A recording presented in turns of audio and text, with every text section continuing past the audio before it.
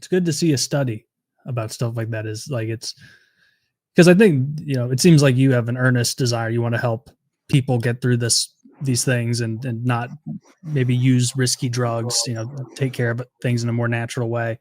But there are a lot of people out there who prefer to see like, all right, but I want to like, what's John Hopkins have to say about this? What does the Mayo Clinic have to say? And so it is reassuring to see that. I don't know how much they've made a foray into the P thing, but yeah, exactly. Yeah, they'll railroad that, but red light is very, very well accepted. And yes, the main clinics will all tell you, yes, it's great. Whether it's Cleveland Clinic or St. Jude's Hospital, they will give you a rave review on it. My frustration with St. Jude's is that they're not using it properly. They're using it to remediate the side effects of chemo instead of using it as a photodynamic therapy to cause apoptosis of cancer cells, which is heavily proven and very effective. And this is like methylene blue. You guys would have heard of methylene blue. Mm-hmm. I saw RFK drinking some blue liquid. That's what that is, right? Yeah. Okay. Yeah. What are you kind of familiar? You can treat fish with it. Oh yeah. That's how I'm familiar with it. I keep fish. Oh, that's interesting. Have you ever sampled, Woody? Ever dip a finger? No. You get Smurf lips. And does it make him like better or something? Yeah, there are certain, I think it's fungal diseases they get. It's been a while since I kept freshwater fish, but they get, it's not ick, it's some other, like you can see it growing on their fins, and it turns the whole tank blue, and it helps them get better. Wow, that's super interesting. I didn't know that.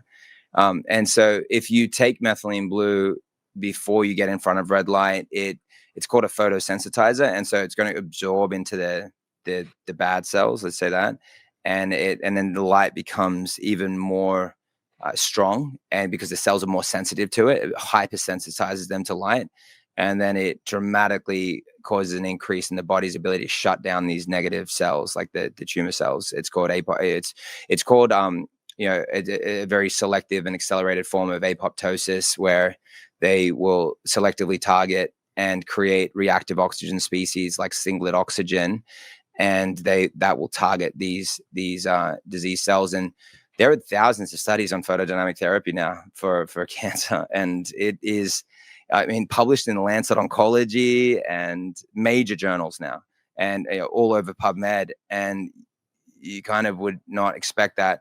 By the way, that was the study, if you want to flash that up, that was showing that the supplements were 70 times more effective once red light was combined in this thyroid study, and 15 times better at reducing medication needs.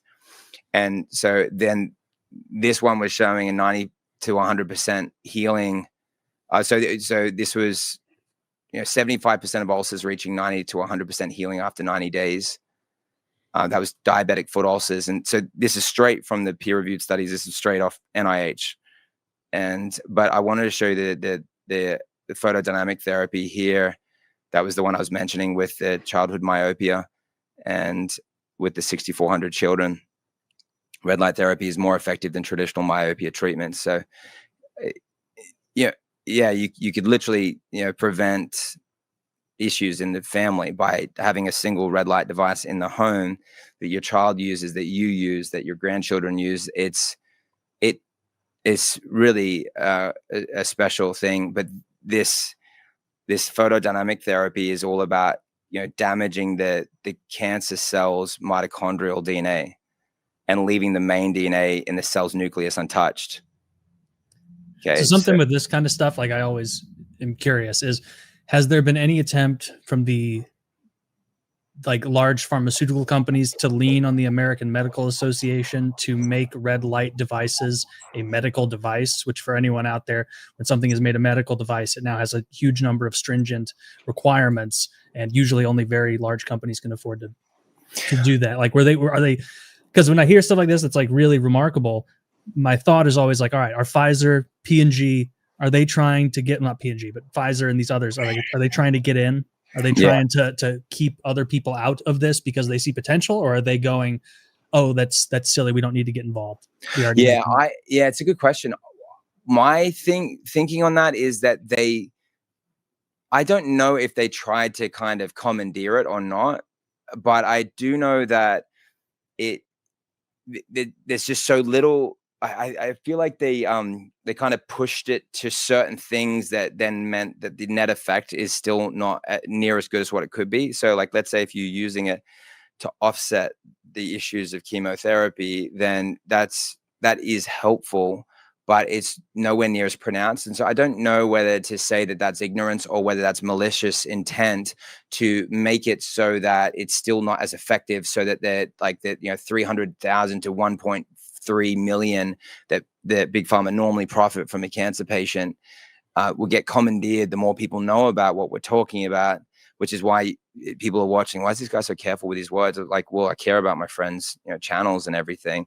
So it's a real thing. And yeah, I that's my best guess at what they did. I think that there is certain things that you cannot mess with it, because you're talking about like nanometers of LED light. Like, can I ban a certain color of light in your house? I can't. See the problem? That's the problem I think that they've always been up against with this, because you're basically, all you could do then is start warning people against the sun completely, because that's the other way people will get this, by getting sunlight, period, at all. Like, sunlight is incredibly healing for the body, obviously.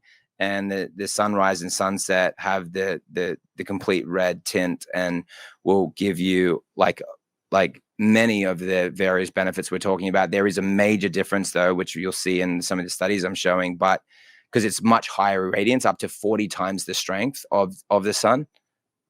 Yeah. So that helps you understand why these outcomes are so dramatic. Because I mean, think about, I've been talking about thyroid. What's the one area that's not covered in most people? It's the thyroid is exposed. People are outside. Why isn't it working? Well, it's not. It's much more powerful. It's just a reality. But yeah, I don't think they can mess with it. That's what I think.